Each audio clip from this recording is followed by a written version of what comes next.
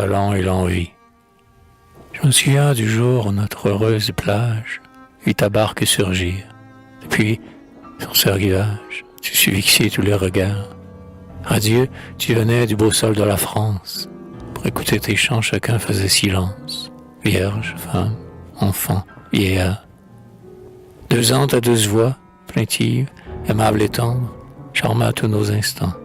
Et ravi de t'entendre, poète, nous battions des mains.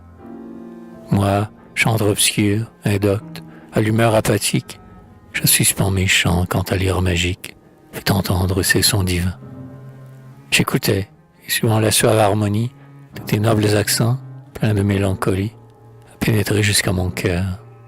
Alors je m'écriais, dans une douce extase, ah, qu'il chante, celui que le génie embrase, d'une sainte et sublime ardeur. Et je disais encore, ému jusqu'au délire, heureux, 10 fois heureux celui qui, sur sa lyre, laisse échapper de si doux chants. Le monde lui sourit sans lui porter envie. L'amour et l'amitié répandent sur sa vie leurs soins attentifs et touchants. Je me trompais pourtant. Je vis la calomnie, dressant sa tête infâme, insulter ton génie, modeste, calme et dédaigneux. Un reptile, parfois, en rampant, s'insinue dans un jardin de fleurs, au pied d'une statue qu'il ose enlacer de ses nœuds. Sur ce marbre rebelle, impassible à l'outrage, il épuise bientôt une impuissante rage. Mais l'homme, en sa juste fureur, qui de loin voit souiller cette œuvre de génie, s'apprête à la venger et, d'une main hardie, écrase le profanateur. Poursuis tes chants, ami, la Louisiane écoute. Marche, marche sans cesse en ta sublime route, où te surveille un monstre affreux.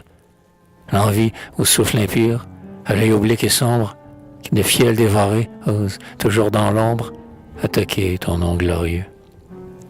Et qu'importe au talent si la critique amère d'un obscur souligneur inhabile éphémère sans cesse lui donne l'éveil.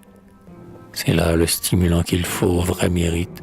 Aux clameurs d'un zoïle, il s'indigne, il s'irrite et sort alors de son sommeil. Écoute, d'un seul mot Dieu créa la lumière. Du mélange confus de l'informe matière, le soleil sortira Dieu. Il paraît, il éclaire, échauffe et vivifie. L'homme, en se prosternant, l'admire et glorifie, le souverain maître des cieux. Mais bientôt ce soleil, cet astre tutélaire, à l'homme ne paraît qu'un spectacle vulgaire, car il n'est plus nouveau. Il veut le mesurer et, dans sa folle audace, son regard cherche encore, malgré l'immense espace, des taches au divin flambeau.